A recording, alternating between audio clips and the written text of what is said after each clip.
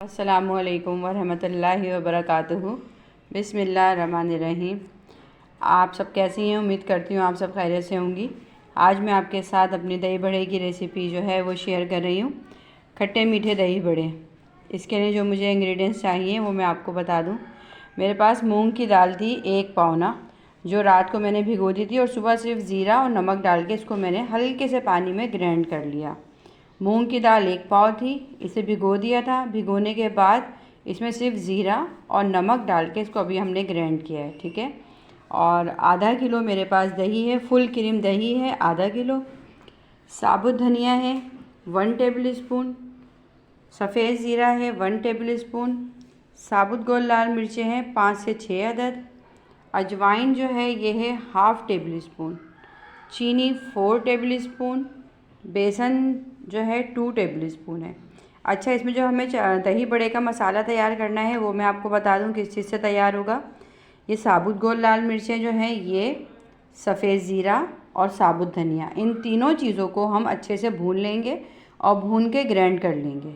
जिस तरह हम मसाला बनाते हैं ना, कुटा हुआ भुना कुटा मसाला कच्चे कीमे के अंदर डालने के लिए या बाकी तमाम चीज़ों के लिए, उसी तरह हम इसमें ये साबुत गोल लाल मिर्चें, सफ़ेद ज़ीरा और ये जो साबुत धनिया है इनको भूनेंगे और भून के ग्राइंड कर लेंगे, एक मसाला तैयार हो जाएगा। अच्छा जी, अब हमें जो पकोड़ों के लिए सामान चाहिए, इसमें मैं नमक डाल चुकी हूँ। नमक आप अपने हिसाब से डाल सकती हैं। मूंग की दाल है, मूंग की दाल में इसमें अजवाइन जो है, अजवाइन थोड़ी मैं ज़्यादा डालूँगी। ये है तकरीबन ½ टेबल स्पून से थोड़ी सी ज़्यादा। और 4 टेबल स्पून जो है, 2 टेबल स्पून जो है मेरे पास बेसन है, ये इसमें मैंने ऐड कर दिया। अच्छा, मैं आपको बताना भूल गई थी, गार्लिक पाउडर, ठीक है, 1 टेबल स्पून के करीब गार्लिक पाउडर जो होता है, अदरक का पाउडर, सूखी अदरक का आजकल जो मिल रहा है वो ले लें, या आपके पास सौंठ हो वो ले लें, ठीक है। इसमें ये ऐड होगा।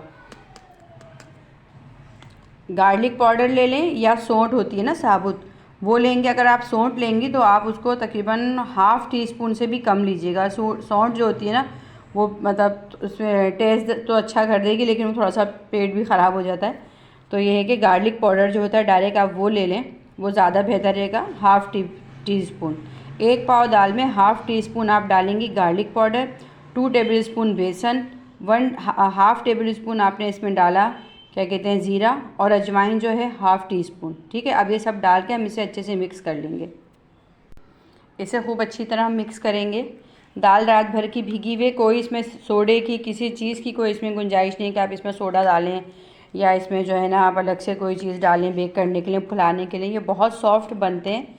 और बेसन हम इसलिए डाल देते हैं इसमें मूंग की दाल के पकौड़ों में बाइंडिंग के लिए। ये बिखरेंगे नहीं कढ़ाई में जाके, जो है ना, नहीं तो बिखर जाते हैं। बाज़ दफ़ा ऐसा होता है मूंग की दाल सोडे वाली आती हैं आजकल, तो आपको पता ही है दालें भी जो है कौन सी प्योर है। तो जब हम उसे बेसन में कढ़ाई में डालते हैं ना तो वो जो है बिखरने लगते हैं। खूब अच्छे से मैंने अजवाइन डाल के, गार्लिक पाउडर डाल के और बेसन डाल के इसको बीट करूँगी। फिर हम इसके जो है पकोड़े तैयार करेंगे। अच्छा, अब दही में जो दही तैयार करना है हमें दही बड़ों के लिए, ये देखें, साबुत गोल लाल मिर्च, सफ़ेद ज़ीरा और साबुत धनिया, इसको पीस के मैंने एक चाट मसाला बना लिया। अब ये मैं इसमें ऐड कर दूँगी दही के अंदर। और 3 टेबल स्पून जो है, क्योंकि खट्टे मीठे दही बड़े हैं ना, तो इसमें 3 टेबल स्पून जो है ये मैं इसमें चीनी डाल दूँगी। खटास के लिए इसमें आप इमली का गूदा डाल सकती हैं, पर मेरा दही ये जो है ना इस टाइम पे खट्टा ही है, तो मैं इसमें जो है ये अलग से जो है ना इमली नहीं ऐड करूँगी, फिर बहुत ज़्यादा खटास का फ्लेवर आ जाता है। और दही आप जितना क्रीमी लेंगी, थिक दही होगा, उतने ही आपके अच्छे दही बड़े बनेंगे। और अगर अच्छा, इसमें मैं थोड़ा सा ना टू टेस्ट जो है थोड़ा सा नमक भी ऐड कर दूँगी, ठीक है। अब ये सिर्फ चीनी और भुना हुआ चाट मसाला जो आपके सामने मैंने तैयार किया है वो, और नमक, ये डाल के अब दही को बहुत अच्छे से आप बीट करें, खूब अच्छी तरह, ज़रा सी भी इसमें ना गुठली ना रहे। इसके ऊपर आप डाल के जो है ना वो खट्टी चटनी नहीं होती जो हम बनाते हैं, हरे धनिए की, इमली की, गुड़ की, वो भी अगर आप खूब चटपटा खाना चाहती हैं तो वो डाल के खा लें।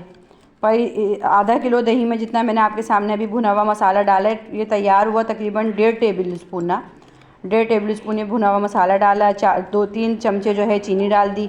ये सब डाल के जो है ना, ये इतनी क्वांटिटी काफ़ी रहती है, मतलब बहुत टेस्टी बनते हैं, सिंपल से और बहुत टेस्टी। अच्छा जी, ये दही देखें मेरा खूब अच्छी तरह जो है बीट हो गया, फिट गया है। अब मैं इसके अंदर जो है, अब हम पकोड़े का स्टेप आपको दिखाते हैं कि पकोड़े कैसे तैयार करेंगे। अच्छा, बॉयल हमारा गर्म हो गया है, तो मैं चेक कर लेती हूँ कि ये इसका टेम्परेचर किस तरह का है, फिर मैं उस हिसाब से पकोड़े डालूँगी। जी, इतने ही टेम्परेचर पे मुझे डालने हैं, बहुत तेज़ पे भी नहीं और बहुत स्लो पे भी नहीं। अब मैं इसमें जो है अपने ये पकोड़े तमाम डालती जाऊँगी।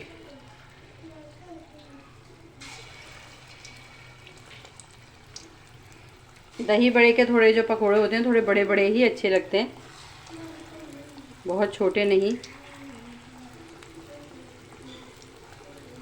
इसमें जब हम अजवाइन डालते हैं ना, तो अजवाइन की इतनी अच्छी स्मेल आती है पकते वक्त माशाल्लाह से। और फिर अजवाइन जो होती है हाजिम भी होती है। अगर आप रमज़ान में बना रही हैं इस रेसिपी को रोज़ों में, तो उस दौरान तो हमें इन चीज़ों का बहुत ख्याल रखना होता है कि हम ऐसी चीज़ ना खाएं कि हमारा पेट ख़राब हो जाए। तो अजवाइन का इस्तेमाल लाजमी पकोड़ों में किया करें। चलें, अब ये पकोड़े इसमें चले गए, मैं इसमें स्पून नहीं हिलाऊंगी बिल्कुल भी। अब जब अच्छे से फ्राई हो जाएंगे एक साइड से, तो फिर दूसरा साइड चेंज करूँगी। ये देखें, एक साइड से जो ना ये फ्राई हो गए, तो अब हम इसका साइड चेंज करेंगे।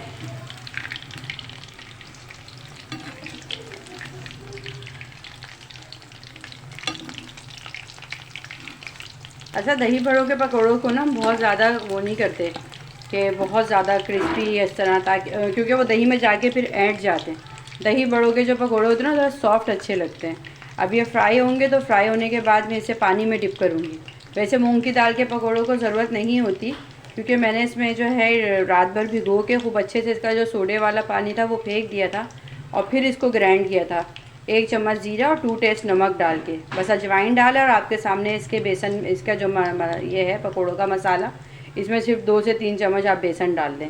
ये वैसे ऑलरेडी इतने सॉफ्ट होंगे कि आप इसको डायरेक्ट दही में ऐड कर सकती हैं, लेकिन फिर भी मैं इसको थोड़ा सा पानी में ऐड इसलिए करूँगी ताकि ये और अच्छे से सॉफ्ट हो जाए ना, बाद में ये हार्ड ना हो।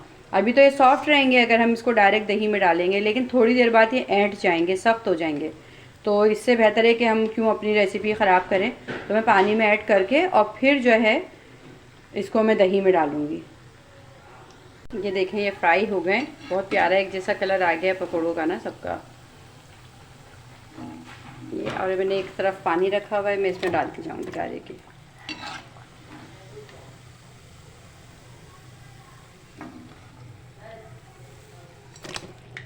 इसी तरह मैं तमाम पकोड़े जो हैं तैयार कर लूँगी, फिर आपको नेक्स्ट स्टेप बताऊँगी ऐड करते वक्त ना पकोड़ों को किस तरह जो है हमने दही के साथ ऐड करना है।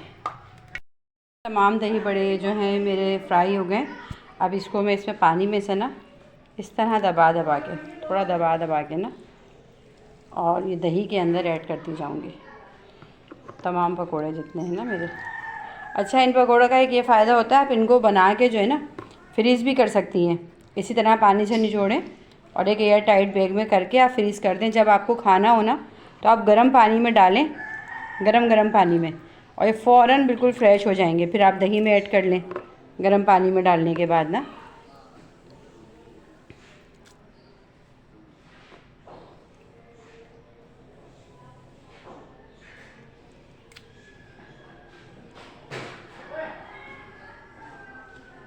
ये देखें,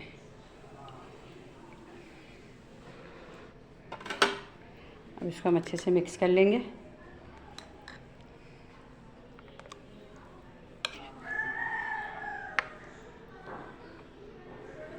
और दही बड़े का तो मतलब पकोड़े हो गए या दही हो गए, जब यही टेस्टी होता है ना, तो ही खाने में आगे मज़ा भी आता है।